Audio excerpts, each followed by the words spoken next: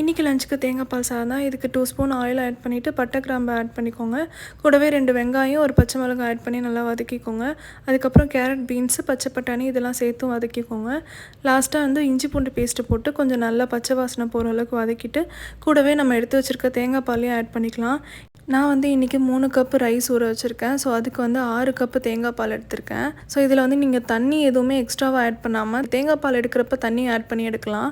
But இதில் எக்ஸ்ட்ராவாக வந்து தேங்காய் பாலுக்கு பதிலாக நீங்கள் தண்ணி வந்து ஆட் பண்ணாமல் வெறும் தேங்காய் பால் மட்டும் ஆட் பண்ணிங்கன்னா ரொம்ப ரொம்ப டேஸ்ட்டாக இருக்கும். பிரியாணி விட இதுதான் எனக்கு ரொம்ப ஃபேவரட். ஏன்னா அவ்வளோ டேஸ்ட்டாக இருக்கும். தேவையான அளவு சால்ட் ஆட் பண்ணிவிட்டு கொஞ்சம் நேரம் க்ளோஸ் பண்ணி வச்சிங்கன்னா அந்த ரைஸும் தேங்காய் பாலும் ஈக்குவல் குவான்டிட்டி வரப்போ க்ளோஸ் பண்ணிவிட்டு சிம்மில் வச்சு ஒரு 10 மினிட்ஸ் மட்டும் தம்மில் வச்சுடுங்க. அதுக்கப்புறமா ஒரு 10 மினிட்ஸ்க்கு அப்புறம் ஓப்பன் பண்ணி பார்த்தீங்கன்னா இந்த மாதிரி நல்லா உதிரியாக வரும். ஸோ இது வந்து அடியும் பிடிக்காது கண்டிப்பாக நீங்கள் கரெக்டான டைமில் வச்சா. இதுக்கு சைட் டிஷ்ஷாக வந்து மஷ்ரூம் கிரேவி ட்ரையாக பண்ணியிருக்கேன். அந்த ரெசிபி நாளைக்கு போடுறேன்.